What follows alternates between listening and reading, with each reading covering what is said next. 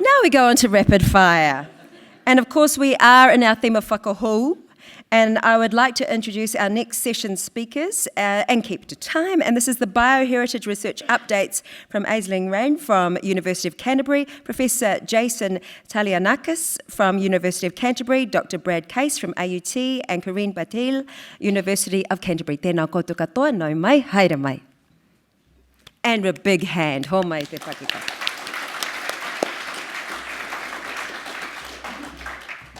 You're poised to come towards us straight away, Aisling, tēnā koe.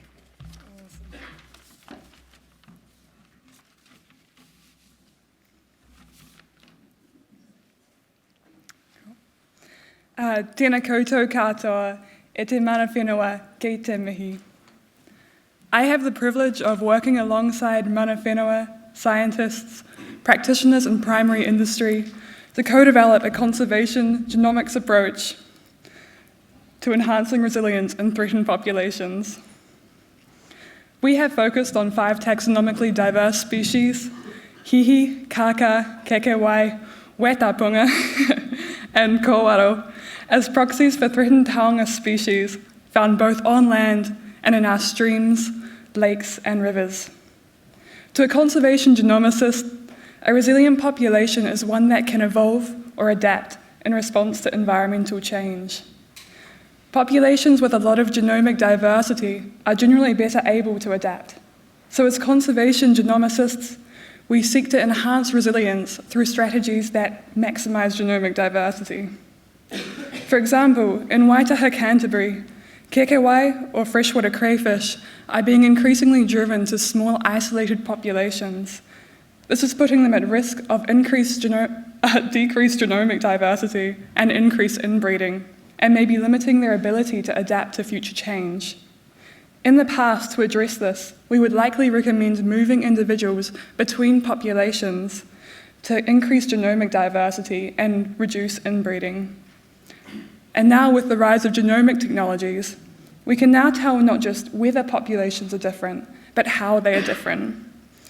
Combining these genomic data with non-genomic data can better inform which populations we should be sourcing individuals from. For example, if we identify genetic variants in a kekewai population that are pre-adapted to predicted environmental change, let's say they increase heat tolerance, we may recommend using those pre-adapted individuals to augment existing populations or establish new ones. It's clear that we need innovative management actions such as these to resolve declines in our most threatened species. 76% of our freshwater fish and 26% of our freshwater invertebrates, both in blue, are threatened with or at risk of extinction. These numbers are similar to their terrestrial counterparts, both in green, and yet while most terrestrial vertebrates and a handful of invertebrates enjoy full legal protection under the 1953 Wildlife Act, the only legally protected freshwater fish or invertebrate is the upokororo, or the grayling, last seen in 1923. Instead, current legislation regarding freshwater fauna falls patchily across several acts, including the Conservation, the Fisheries and the National Parks Acts. Rather than considering our indigenous freshwater species as taonga, existing legislation follows that Western paradigm of treating freshwater and its biodiversity as a resource for exploitation. Among the many issues this lack of legal protection poses for our freshwater species, from a conservation genomics perspective, responsive legislation is crucial to translate the flood of emerging knowledge, including genomic data, into evidence-based management. For example, if a combination of genomic data and climate change modelling suggests current habitat will become unsuitable for kekewai, we may need to establish new populations outside the species' current range. Application fees for conservation translocations are waived for species protected under the Wildlife Act and supported by a strong evidence base. But moving unprotected species such as kekewai into new habitat requires an onerous and expensive permit process with relatively few resources available to guide decision making. These factors can discourage action by end users, whether those are conservation practitioners such as DOC, trusts such as Te Kohaka o Tūhaitara, or runanga such as Hokanui. That said, improving legal protection for our threatened freshwater fauna cannot be as simple as adding them to the Wildlife Act.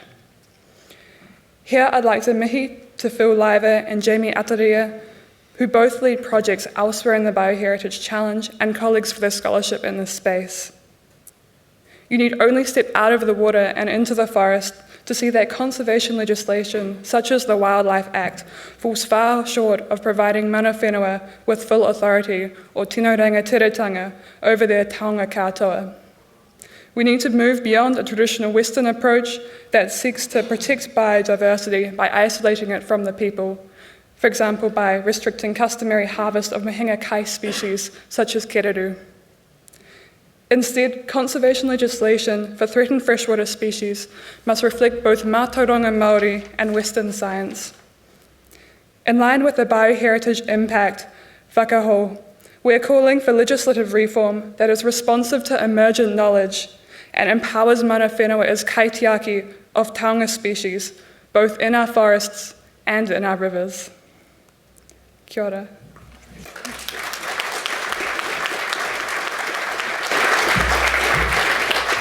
Kia ora, Aisling, for a really different angle, which I really enjoyed to hear.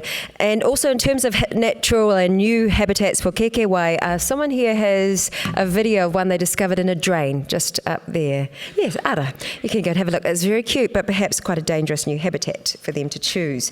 Now could we hear from Professor Jason Tylianakis from University of Canterbury. Tēnā koe.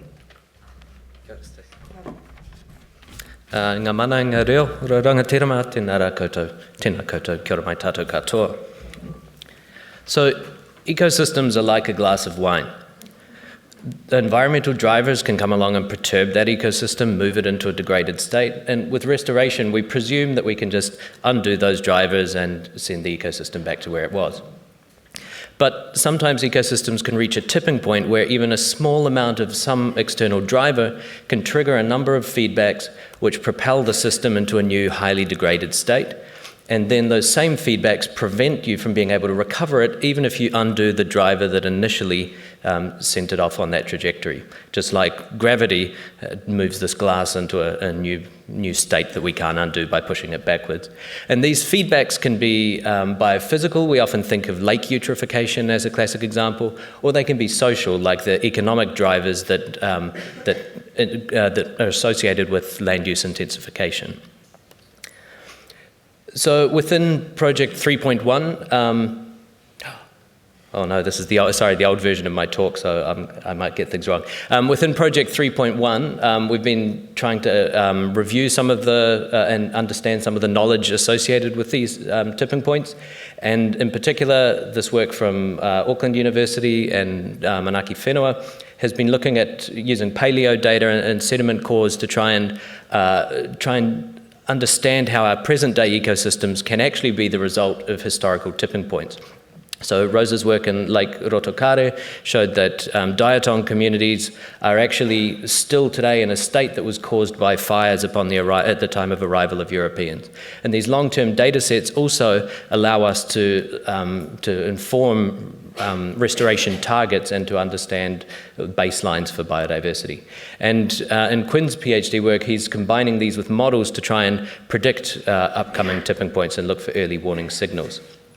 But once a tipping point has occurred, Bev's group from Manaki Whenua, in collaboration with Doc Fonterra, Northern Regional Council, and various landowners, has been looking at trying to break feedbacks, in particular those associated with invasive species. So they've demonstrated that a biological control of a nasty weed, Tradescantia, can lead the forest fragments on private land to undergo a recovery trajectory and break the feedbacks associated with invasion and preventing recovery. Now, both of these are biophysical examples, but in fact, Western conservation typically excludes the human aspect, and I mentioned earlier that there can be social drivers of tipping points. But Western conservation paradigm frequently limits how humans interact with the environment. We think of humans as the drivers of bad changes and don't think of humans using the environment as necessarily part of the solution. So within the project, we've been trying to explore human linkages with the environment. And in this work between University of Canterbury and Manaki Whenua, we've been combining national scale survey data with models of human interaction, social relationships, and spatially explicit landscapes to try and understand how human social networks drive landscape change. And we find that the tendency of people to be influenced by others that are like themselves, we put ourselves into echo chambers basically, creates a barrier to the spread of new behaviours across the landscape, and it actually results in less positive environmental action within the landscape than you'd expect at random. But if you could get some kind of a feedback from the environment back to people, so if people are able to see what their neighbours are doing, even if they're not friends with those people, see those positive environmental actions, that can create a new positive feedback that produces better landscape outcomes. But possibly the link between humans and the environment is most pronounced when we think about Indigenous people's relationship with the environment.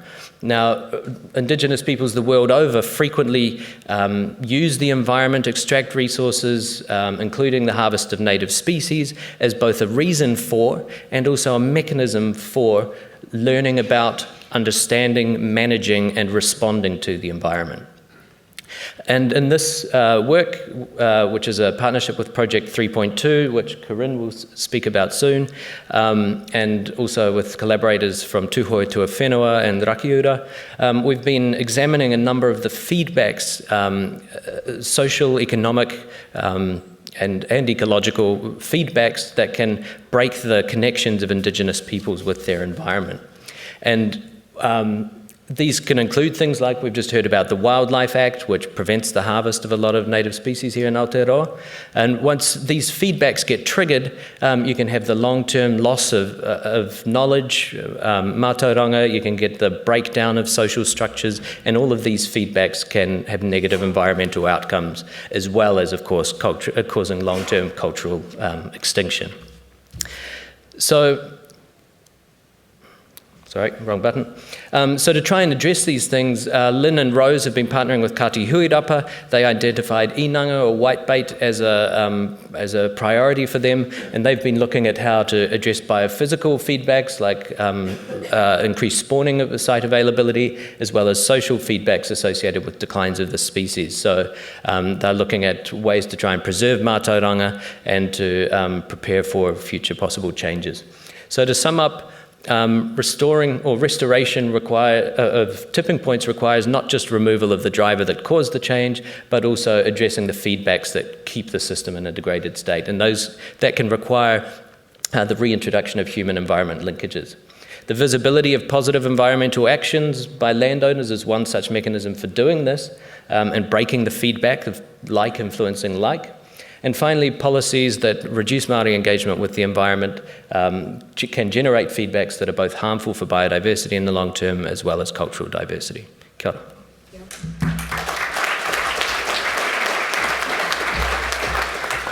Kia ora, Jason. I guess we have to get people to the point where they care as much about these kaupapa as someone spilling their wine, you know? We can't be losing your wine. Nō reira, i nei ka huri te titiro ki a koe, Dr. Brad Case from AUT. Tēnā koe. Kia ora. Our project has been going for about 2 years now, and we've been working on understanding how to enhance biodiversity in agroecosystems. If we want to stop the decline or even increase biodiversity in New Zealand, where do we do this and how do we do it? We're showing how agroecosystems can be one of the solutions to this. A key result from our project is that 40% of New Zealand is currently managed under sheep and beef farming, and that these farm ecosystems contain about 17% of New Zealand's remaining native woody vegetation, and that much of this vegetation is in lowland areas that are not well represented in our conservation estate. So we have an opportunity here to enhance biodiversity and to increase ecosystem function across a large area of New Zealand by connecting existing vegetation components and restoring new vegetation in less productive areas of these farms. So there are about over 12,000 sheep and beef farmers in New Zealand, and we've been talking to them recently about what biodiversity is and what it means to them, and it's clear that biodiversity is actually really important to farmers, and we've heard a little bit about that over the past day or so. And the majority have already considered how to incorporate biodiversity in their farm planning, and they're actively doing things like managing for pest animals and weeds. About 50% of the farmers we talked to indicated that they had more than 10% of their land already set aside for things like biodiversity protection. And so these sheep and beef farmers are largely already on board in a lot of ways with the idea of enhancing biodiversity, and so this is an obvious place for us to focus our efforts. But we also know there's some really significant barriers to improving biodiversity in farm ecosystems, and 40% of the farmers that we talked to said they don't either have the time or the money or even the skills or knowledge to protect biodiversity adequately. And however, some of our ag research collaborators on this project have shown that farmers don't necessarily have to forfeit their profit at the expense of biodiversity management. And by optimizing farm systems, farmers can retire parts of their farm for conservation and still maintain profitability. So we know that there are things we can do on farm to restore biodiversity, such as restoration activities, fencing activities, and these improve habitat quality.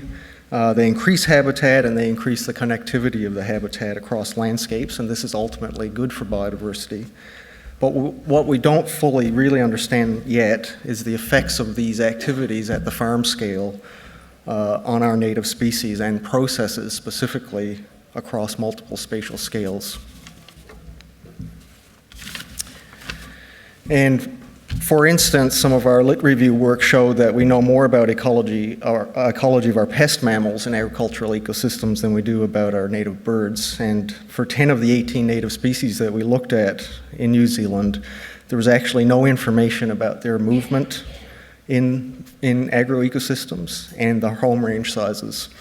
And so we need a lot more research on natural history and basic ecology for how our species are functioning in this 40% of New Zealand.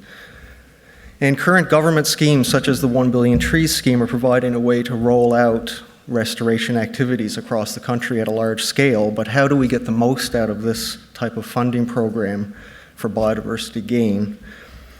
We've now just got some co-funding to set up long-term experimental trials to demonstrate the science required to achieve old-growth forest restoration as fast as possible and investigate the social drivers of why people would engage in native forest restoration, including using carbon as an incentive. So there's also a gap in biodiversity knowledge amongst landowners, farmers, consultants, and the public in general, and we need to develop innovative ways to deliver knowledge about biodiversity and the skills to manage for it to the landowners and to the people who influence the agricultural sectors. And our project is creating resources aimed at stakeholders, students, and the public in order to address this gap. And our project is also working towards developing analysis methods and decision support tools to predict what the consequences of our on-farm biodiversity management activities might be at the landscape scale in terms of ecological processes. And so filling the science knowledge gaps about how our flora and our fauna and our ecological processes operate within farm ecosystems is urgently needed. There's no doubt about that. But the key to restoring biodiversity and resilience on farmlands in New Zealand is mostly about reaching people, as we've talked about, to create the right relationships and the right action. And so now much of our effort is directed at multiple ways to achieve this, like the creation of decision support tools based on remote sensing, and our extension activities, including trialing restoration ambassadors across New Zealand, and putting out online extension resources to reach large groups of people. And ultimately, we hope that through harnessing these opportunities within agroecosystems, we can start to reverse the decline of New Zealand's native biodiversity. Thank you.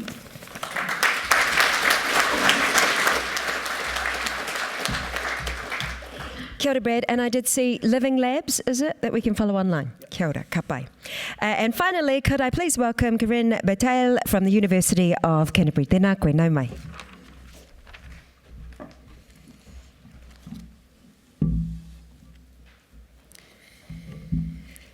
Kia ora tātou, e te mana whenua, tēnā koutou. So my research is about values and priorities of iwi and landowners regarding the management and use of wetlands by Māori in New Zealand. So because this research is about Māori management and use of wetlands, I followed my understanding of kaupapa Māori research. Kaupapa Māori research means research by Māori, for Māori, and with Māori.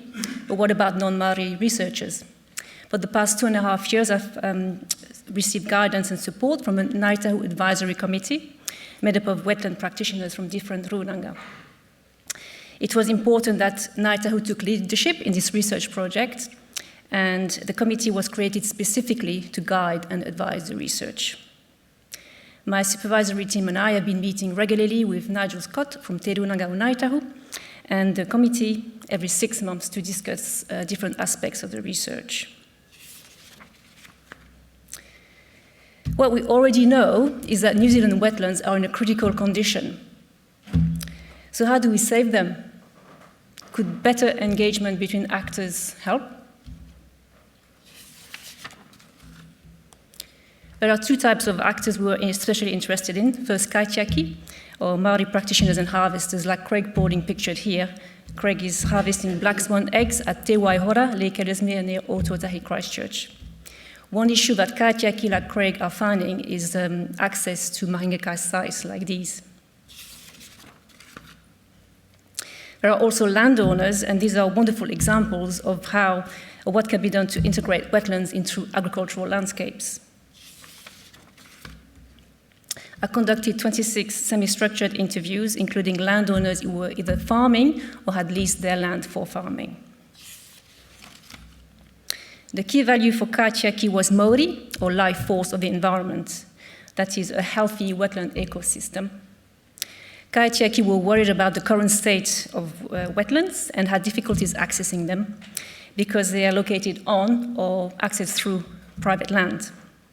Other values were kaitiakitanga, which was linked to mahinga kai. For kaitiaki, it was important to restore the mauri to a healthy, functioning state so that foods could be harvested safely. But harvest had also to be sustainable so that future generations might also benefit. This means that kaitiakitanga had to come first before harvest. In other words, kaitiaki prioritized investing before using. But how to invest in the mauri when access is difficult? Key values for farmers were economic use, but also environmental stewardship. They had already made mandatory or voluntary changes to their land use practices in order to protect the environment. Some had created wetlands on their properties. And overall, they were either positive or cautious about allowing kaitiaki onto their land for cultural harvesting. The main issue for farmers is that they needed to generate profits before being able to invest them back into environmental stewardship. In other words, landowners prioritized using before investing. In summary, we have limited access to wetlands because of private land ownership, but my landowner sample was supportive of allowing access. Agricultural lands are key for restoring wetland biodiversity. And there are some commonalities, but kaitiaki and landowners and farmers particularly have different priorities. Importantly, in Canterbury, farmers are required to get a consent to farm, and as part of this, they need to protect and enhance mahinga kai. So the question is, might opening lock gates enable kaitiaki and landowners to work together to restore wetlands? Wetlands are taonga and should be protected and valued as such. If kaitiaki have greater access to wetlands, they can work together with landowners, community, and scientists to protect, enhance, and restore wetlands. Kaitiaki can inform landowners about mahinga kai species, why they're important, where they are on their land, and how to protect them.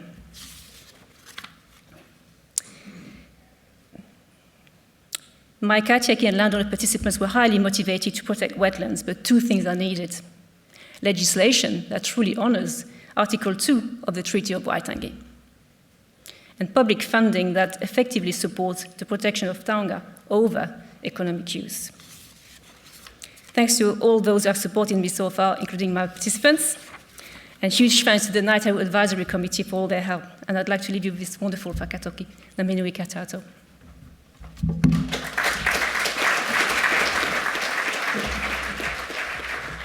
Tēnā koe, and thank you for sharing this beautiful whakatauki, which is a guiding light for kaitahu, ngaitahu as well, iwi. Nō reira, e karema, it is your turn again to get into the questions, and I see that you are already, so please do tell us who the question is directed to, and feel free to vote on the questions you'd like to be answered, because that will help our prioritising. So to Brad first, ecosystem management says that nature must have value to humans. How is this reconciled with kaitiaki elevation of the status of nature above humans? And that's from Waitangi. So can Brad have the mic? Yeah.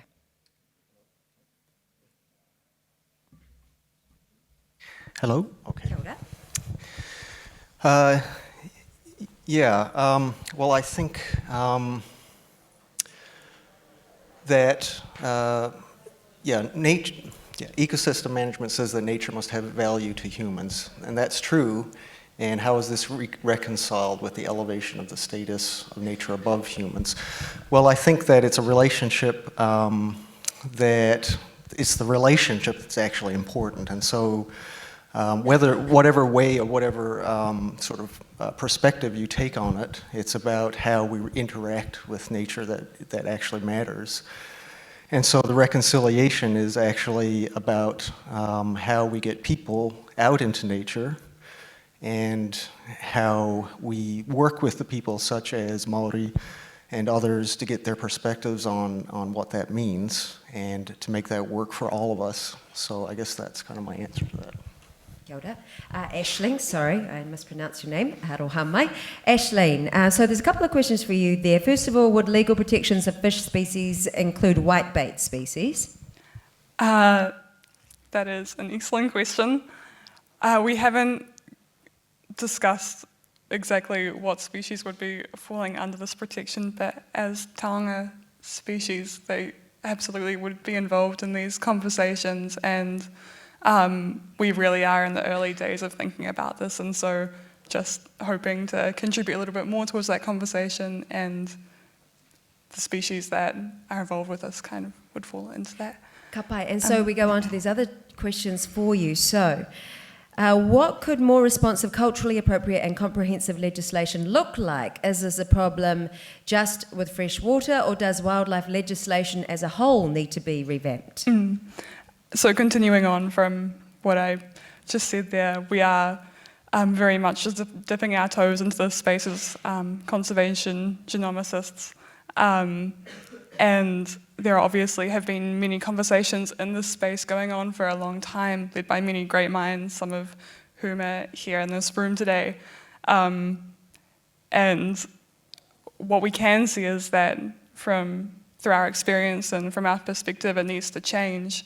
And we need to begin having a conversation around how that changes. And that needs to happen with all end users, and particularly tangata whenua. And clearly, I think as I alluded to in my talk, current wildlife legislation for freshwater is a problem, but also more widely across all taonga species. It currently isn't responsive to both treaty partners. Okay, ka pai. So I'll give you a second before we have another question for you. But Brad, this is a question from Bruce Clarkson. Are you considering moving beyond habitat patch protection to ensure survival of biodiversity and farming landscapes in the longer term? Yeah, thanks, Bruce. That's a good question. So it's not just about protection of patches, obviously, in the landscape. And we need to be thinking about other ways and other areas to restore and enhance biodiversity in these farm ecosystems. And that includes improving the connectivity between patches, but also thinking about things at a landscape scale as opposed to just kind of a patch-by-patch basis. So we need to think about what the outcomes are for our species at the landscape scale. And I think we don't really know that well at the moment in terms of how they move around, how they use resources, what resources are there. And of course, pest management is a major component of all this, so that's one of the other things we need to be doing in these landscapes. Ka pai, kia ora. So it looks like it's back at you, Ashley. Māori have not agreed to science owning whakapapa data, and therefore, are you looking towards a question that was right up there and very well scripted, so I'd like to see it again. Ka pai. Does your genomic research have sovereign data agreements with Hapu, noting that at the very least provenance, permission and purpose, and that's from Waitangi? Kia ora Waitangi, and thank you for a really important and awesome question.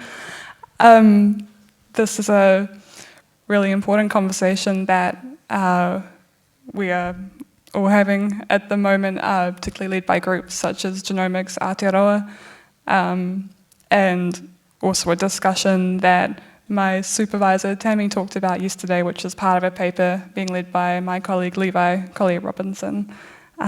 So kia ora to you guys. But we are, as part of our research, we've been co-developing all parts of it through an iterative decision-making timeline that we co-developed with our local mana whenua, Ngāi Tuahuriri, and as part of that timeline, we have conversations around data storage, collection, and security, and those include data security agreements to ensure that all data is protected and under data security agreements. And we, at any time, throughout the process, we always go back to our mana whenua and make sure that if anything changes or anything further needs to happen, that they have final authority over those decisions around who owns the data and who it belongs to. But this is absolutely a moving feast, so we... Yes, but we could probably have a panel just on that kaupapa, I believe. Brad, food systems are one of the main causes of biodiversity issues. Will approaches to improving biodiversity on farms address this, or do we need transformative change to current food systems? I think changes to our food systems, the way we farm, are coming. I suspect that it's going to come pretty quickly. As the pressures on our environment increases and as attitudes around farming shift over the next decade or two. So I think biodiversity is a component within there. I don't think biodiversity is going to shift the way we do things, but I think by talking about biodiversity with the people who make our food, it opens up a new dialogue with farmers and with landowners about other aspects that are important to all of us. And so I think there's going to be an ongoing discussion around this for sure. Kia ora. And Jason, you can probably see on the magic 8 ball, post-tipping point, should we focus more on restoring ecosystem services and species interaction rather than just a focus on species? That's from Patrick Harvey. Yes and no. Kia ora, Patrick, for that question. So, yes and no is the answer. I think it is important. We do need to restore more than just particularly numbers of species and even identities of species. We've recently, one of my students actually has recently done a meta-analysis on the success of restoration projects and actually found that the functional diversity you get out of restoration is typically proportionate to what you'd expect at random for the species diversity. So in some ways, species diversity does tell you a lot, even though we often criticize it. And given that most people don't even monitor that after restoration, I think that would be a really good start. And a risk with restoring ecosystem services is that is a different priority, and it's important to recognize that that is a different objective, whether you're restoring biodiversity to have the species that were there, for example, versus restoring potentially even non-native species which might contribute to ecosystem services. And I think that's not really a scientific answer, it's a cultural, human-based answer, which of those would prioritize. But definitely restoring interactions and functioning ecosystems has to be part of the point of restoration. Kia ora. Kia ora. And while we're speaking about native species, kia ora Corinne. Thank you for your kōrero. I was interested in the answer to the question you posed about how a non-Māori researcher works in a kaupapa Māori framework. Ka pai, there is a question in there. Kia ora, thank you for your question. Yes, it starts with learning the language, te reo Māori, starting to learn the language and practicing as much as I can. And also it starts from a place of humility and not being scared to take feedback, which I always class as feedback is always constructive as far as I'm concerned, and not being scared to make a faux pas. And I would tell the Ngāi Advisory Committee, please tell me if I'm making a huge mistake or if I'm being silly. So yeah, just being aware of that. Kia ora, tēnā yeah, koe. I think so. He pai tō reo. I should say that your reo is very good, and I mihi, in particular to New Zealanders who didn't grow up here. The people who got up on stage have been really impressive. Nō reira, tēnā koutou katoa. Jason, is increased land fragmentation a challenge for ecological tipping points? If so, what can be done to overcome this coordination failure? Sure, it's a problem for everything in biodiversity. So we know that there are thresholds of landscape cover that can affect biodiversity, and once you dip below those thresholds, you get a rapid decline in biodiversity. I emphasised before the need to focus on feedbacks, and there are all kinds of feedbacks there, like LE effects, ability to disperse, metapopulation effects, and so on. So there's a lot of reasons why fragmentation can take you beyond a point of no return that we don't want to go down. So what can be done to overcome this coordination failure? It is extremely difficult because much of our biodiversity, although we do have to focus on reserves, much of our biodiversity is on private land, on small fragments of habitat, and those are governed by individual landowner decisions. So it really, coordination really becomes a question of collective action, and there's a huge social literature on collective action, what drives it, what barriers there are to it, and I'm not sure we know the answer yet, but that is where the answer will have to lie, is in coordinating and motivating individual landowners to work together, because you can't legislate that you must preserve a fragment if it's next to another person's property who happens to have another fragment so as to maximise connectivity. Those things can't be done by legislation, at least not easily. He pai hoki tēnā hei whakautu whakamutunga, and I guess that's a great way to leave this session because it really has been about the theme of collaboration and what it takes to really whakahoe, to really restore. Nō reira, homai te pakipaki ki tēnei rōpū, tēnei pai kōrero.